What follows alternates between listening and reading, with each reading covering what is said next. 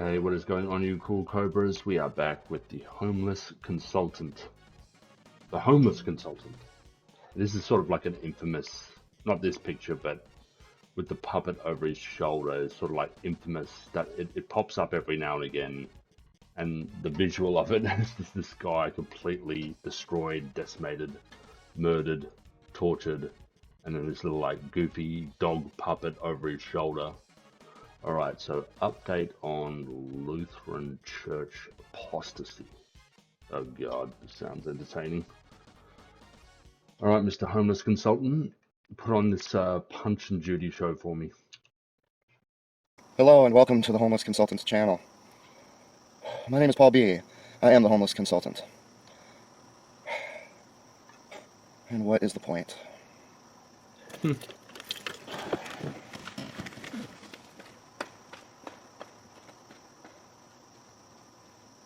Where'd he go? Where he at? Paul?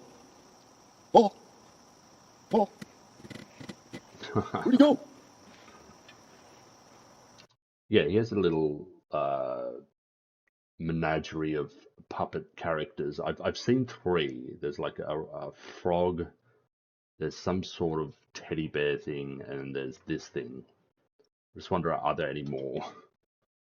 Wow. I guess it all finally got to him. You know, over the last month, Paul has just been pummeled by one disaster after another. For example, there's been a nearly end.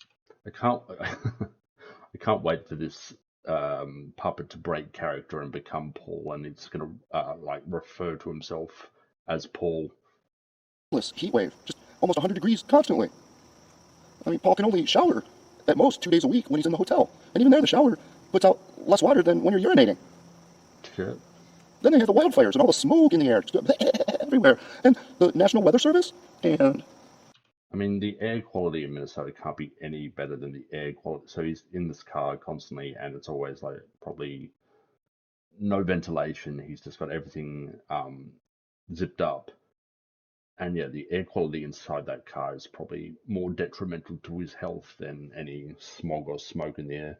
The Minnesota Pollution Control Board or what have you, they came out and warned all about how dangerous it was with all the smoke in the air. They told us to protect people who were at risk, called it at risk. You know, children and the elderly, people like that. But they never even mention the homeless, ever. There's 4 million homeless people in the United States. There's 20,000 homeless in Minnesota. They never even mention them. So Paul's been sitting here breathing all these fumes in the car, and then all the wildfire smoke as well. And, you know, with all the... Yeah, he's like literally gassing himself with this, like idling in this car 24/7. And you know that it's not completely weather sealed, so all the fumes, all the ignition like fumes are coming into this car no matter what. Heat and everything that causes those blood clots in his leg to get really, really big.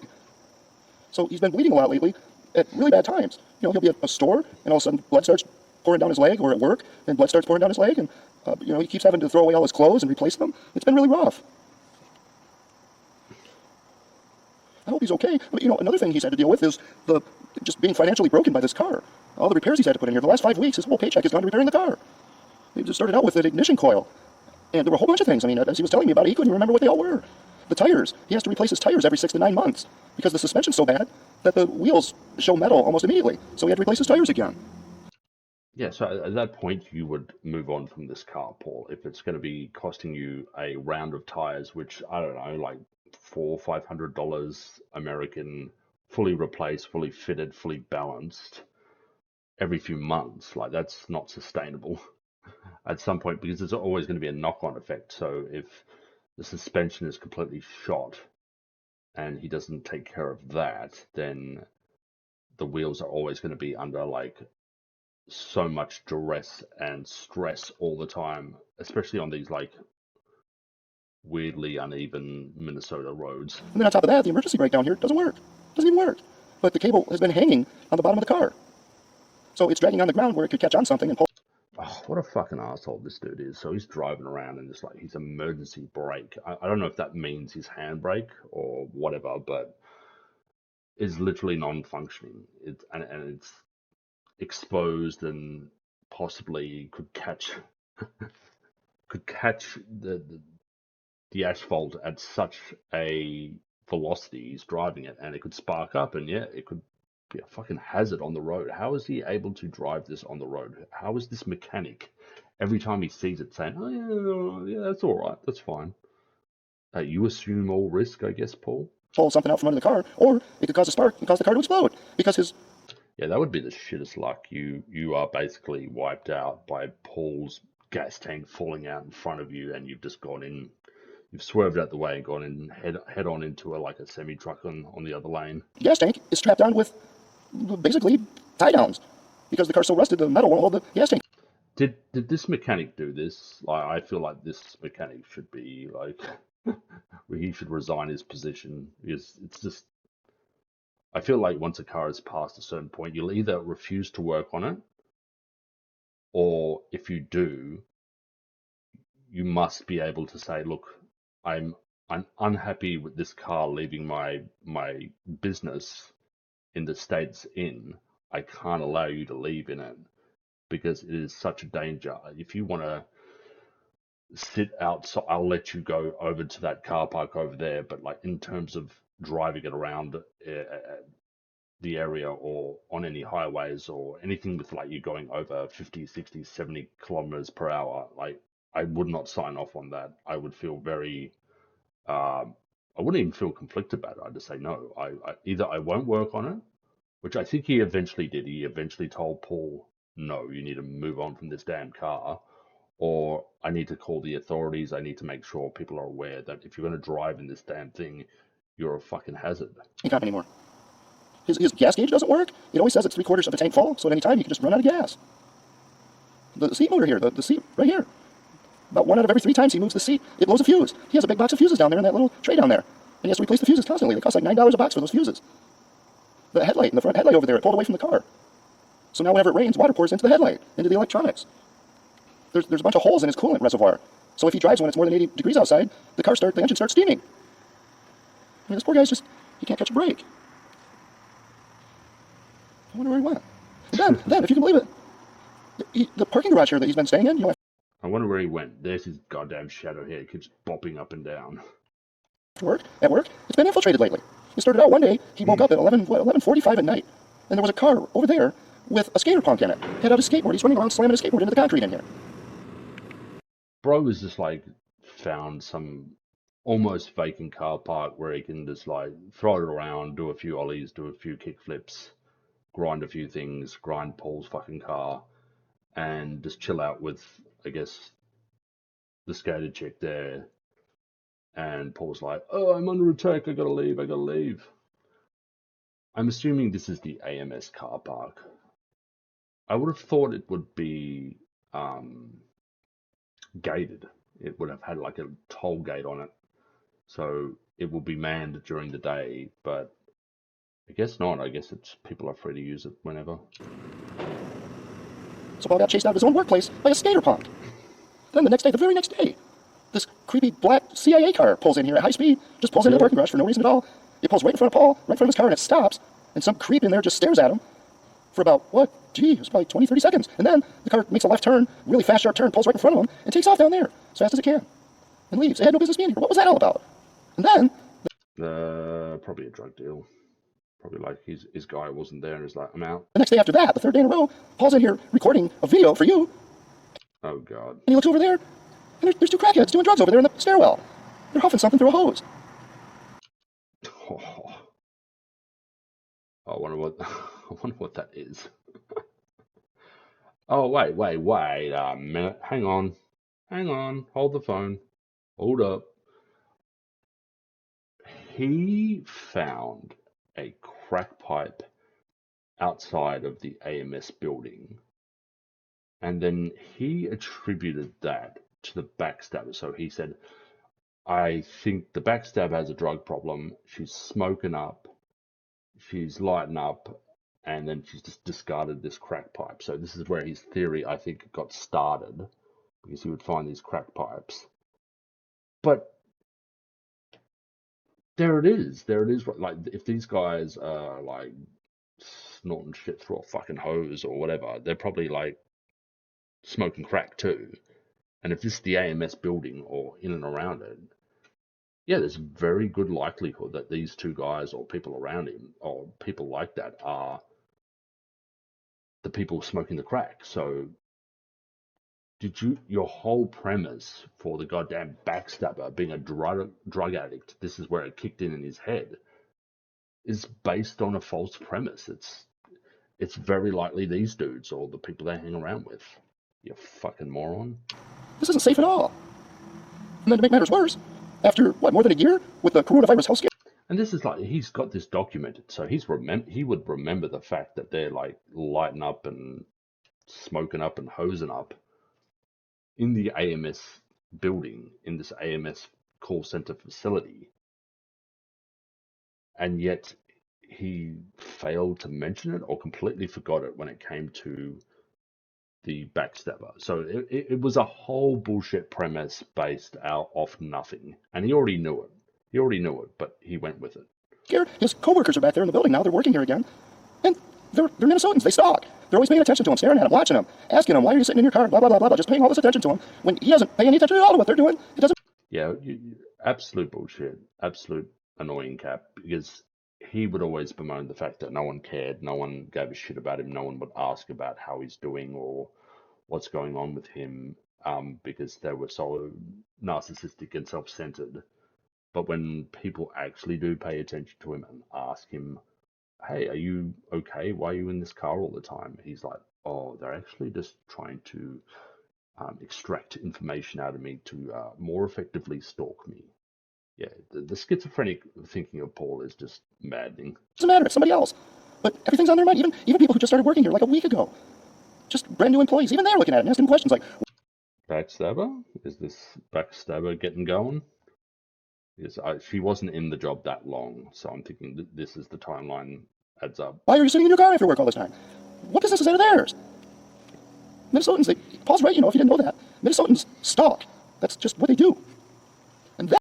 Yeah, I like how it's not an individual person anymore. It's just like a scatter shot. It's a shotgun effect of, it's Minnesotans in general. So instead of like one person or one group, it's just the whole entirety of Minnesota is on notice. And, if you can believe it, at the hotel where he stays for 1.5 days a week, 1.5 days a week, that's all he gets. If at best 2 showers a week in that awful shower of his, they've raised the price. So he has to pay more. It's like the equivalent of an $80 a month pay cut for that dumpy hotel. That filthy, just rotten, gangbanger-infested. Well, just go to an Anytime Fitness. Go to a gym, get your showers in, pay like $20, move around those goddamn legs, get on the treadmill and walk for a while. Get the blood flowing through those fucking veins, so you won't have so much blood blisters. Trashy hotel. He has to pay $80 a month more for that now. And then they're so cheap at the hotel, they took the coffee makers out. So now Paul had to buy a coffee maker, and he has to carry it into the hotel, and he has to bring his own coffee. Surprised they don't charge him for the water. They were probably getting stolen, Paul. They were probably all getting stolen or broken. There's no point having them in there if they're just going to get trashed every time. The gangbangers in that hotel, the ones that Paul pays for when he works for a living? The ones who get to stay there for free because of the Minnesota government? They get to stay there 7 days a week for free without working? Remember them? I wonder if he drops the hard R a lot outside of these videos. Probably does. Well, they've been having parties lately. So the parties have been so bad, so loud, and so violent that even these cheap hotel operators call the police on them. That never happens. And then, to make matters worse, they've been putting Paul in the worst rooms lately. The ones that are all falling apart. The furniture's like leaning and falling down. The floors are so filthy that he uses an entire pair of socks every single stay because they get so filthy he can't even clean them. Then fucking wear sandals, wear shower shoes. Like, this is not a hard thing to figure out. So all the money he wastes buying socks, he could just buy like a cheap pair of shower shoes, and then he doesn't have to touch the floor. Like, how simple is this to work out? So he has to pay for a pair of socks every time he goes to the hotel. One time, a few weeks ago, they had construction in the room next door the entire day, both days that he was there. Just boom, boom, boom, boom, boom. Drills. How would you like to be in a hotel room and hear somebody drilling a hole in the room in front of you? And, well, then just move on, Paul. Like, this is obviously not going to be a scenario or situation that's going to work for you. So even the showers don't work well. So go somewhere else, surely. So that they could, I don't know, look inside and just stare at you in your room? That's creepy, friends. This poor guy. That's creepy, friends. Man, this is just unbelievable. About 4 weeks ago, Paul was just using his computer like always. He was actually working on a video for you. Can you guess what happened? A Microsoft... No, a Microsoft what? Update? I'm guessing an update. Windows update happened. So he just turned off his computer like he always does, and it did a Windows update that he couldn't stop, and the update destroyed his computer. What? Completely destroyed it. It destroyed it so much that he can't boot the computer, he can't use the computer, he can't get his data off the computer. It changed the permissions on the computer so that Paul, the owner of the computer, can't use his own computer. Oh yeah, he probably was only ever like using it as a guest, and never really set his admins properly. So yeah, it's possibly he got locked out. You should have probably been the admin on that fucking PC or laptop, whatever you had, Paul, and then you probably wouldn't have been locked out. So he lost. Oh, I think he told me he lost more than 700 gigabytes of videos for this channel, and he lost everything he's worked on for the last year and a half that he's on. Oh god, like all that lost Paul media that we'll never get back. That computer. You see, back when he had a home, when he lived in an apartment, he did backups regularly. He had a home, he could do that. So if this happened, it wouldn't matter because he would just restore a backup. But you can't do that when you live in a car. You can't do that. You know that, right? So Paul lost absolutely everything because of Microsoft. But we have such a corrupt government over there, they protect Microsoft. So Microsoft can get away with this without any penalty at all. And Bill Gates can walk around pretending like he's competent. Yeah, of all the things like Bill Gates would probably go to jail for, is he an Epstein guy? Is he, doing some sort of nefarious medical research to kill the human population? No, the thing that Bill Gates will go to prison for is he crashed Paul's computer. I just feel so bad for him. It's a lot like, Paul did that video about the condo that collapsed in Florida. Did you know that the government inspectors who inspect places like that, they're immune to prosecution if, say, the building that they're inspecting collapses because they did a crappy job? Only because they're government. If anyone else made that mistake, they would go to prison for manslaughter. But if you're in government, you're immune to prosecution. I wonder if that's true. It doesn't sound right. Just like Microsoft for screwing up and destroying Paul's computer. Just like the Minnesota State Legislature. Remember when the I-35 bridge collapsed? Killed all those people? The Minnesota government was so irresponsible, they were busy passing a smoking ban and dictating the colors that are acceptable for children's guns. I wonder what he thought of that Baltimore bridge. Like that big tanker just like smashing into it and completely fucking up all the trade on the East Coast. They weren't paying any attention at all to infrastructure. But not even one of those government officials was held accountable for all those deaths and all the money that was wasted fixing the bridge. It's unbelievable. Not only that, but Paul hasn't been able to do his laundry in 3 weeks. Because every time he goes to a laundromat, he's molested and accosted by creepy, trashy, either gangbangers or insane people or drug addicts, junkies, all kinds of weirdos. Yeah, so this Minnesota is a completely, endlessly, day and night, 24/7 hostile environment for Paul. Yet he's been there almost like 20 years. He's held numerous jobs. Like, at some point, wouldn't it basically end with him being assaulted, accosted, and the stalkers eventually making good on the stalking and taking it to its logical extreme? Like, so how did he survive? Like, it doesn't make sense. So if this is just like, you're like a level 1 character in a very hostile open world where everything can one hit kill you, this is like the world Paul lives in. Yet he's somehow toughed it out for 20 years. Every time he walks near a laundromat, he's just surrounded by these weirdos. So he hasn't done his laundry in 3 weeks. And then, as if all that isn't enough, he had to take a pay cut at work. Now, it's not an official pay cut. This is actually a benefit, is what they call it. You see, Paul hasn't been sick in 30 years. He doesn't get sick, despite these horrible conditions he lives in. He doesn't get sick because he knows how to take care of himself when he's able to.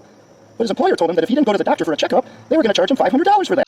Yeah, but he doesn't get sick. He's like got all these weird blood clots and blood blisters, and he's got trench foot. Yeah, he is in terrible health, but Paul he's not a humble person. He's braggadocious, he's arrogant, and his health is probably drastically failing him, but he's like, it's nothing. It's nothing. Paul doesn't get sick. And Paul said, no, am I going to a doctor? The last time I went to a doctor, I got sick. Because doctor's offices are where sick people hang out. So I don't go there, and I don't get sick. So his employer calls this a benefit that they're going to steal $500 worth of money that Paul worked to earn. So now Paul takes home less of a paycheck than he ever has in the 4.5 years he's worked there. And he's the only one who hasn't gotten sick. He has perfect attendance. He doesn't miss work. But his employer can get away with that because a corrupt government allows it. Yeah, I'm pretty sure he dogged on AMS a lot anyway, but yeah, this is just ramping it up to the homeless Holocaust saga. The motherfucking has already begun. And if all that wasn't enough, can you believe this? If all that wasn't enough, as a lover of truth, Paul finally had no choice but to admit something that he has believed with 100% confidence for several decades, that he had to come to believe that it was completely wrong. No. I mean, after Paul carefully and repeatedly examined several volumes of irrefutable, peer-reviewed evidence, he had no choice but to publicly admit that the Osmonds were in fact a pretty good band. This is crazy. No, there's meant to be a punchline there. The Osmonds. I'm guessing it's just some sort of bowl cut band, some Beatles knockoff. I just feel so bad for him. Well, anyway, that's just some of the things Paul has been going through over the last several weeks. Just some of them. He doesn't always tell you everything. Yeah, you only get a small little platter. If he were to give you the full rundown, we'd be here all night. So I hope you don't mind that I told you about it. That reminds me. I wonder where Paul is anyway. Does this thing have a name? Did he give it a name? Paul Deep Divers. Tell me. Oh, wait. So I hope you don't mind. This is, I guess, a big dramatic payoff. Where did Paul go? Where is he? What's happening to him? That I told you about it.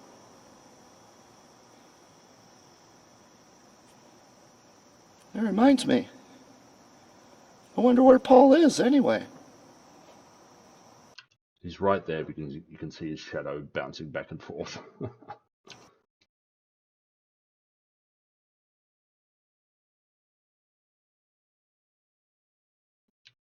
Yeah, Paul was meant for the theatre. He was meant for the local Shakespeare group or Shakespeare troupe. He didn't hear his calling. He could have been actually kind of a bit of a character actor. He is a character actor in his own life. He could definitely ham it up. He can Al Pacino it up. Oh, Lord. Where is this? I'm guessing AMS. Yeah, this looks like something I've seen before in one of the videos. And one of the AMS videos too.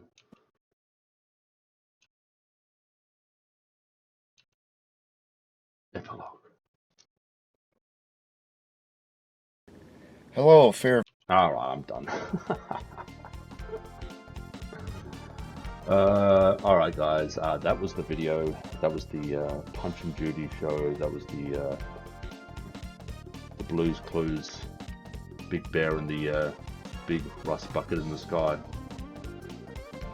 Yeah, that's the video guys. Until next time, until the next Paul wacky fever dream, theater act. I will see you next time. Bye everybody!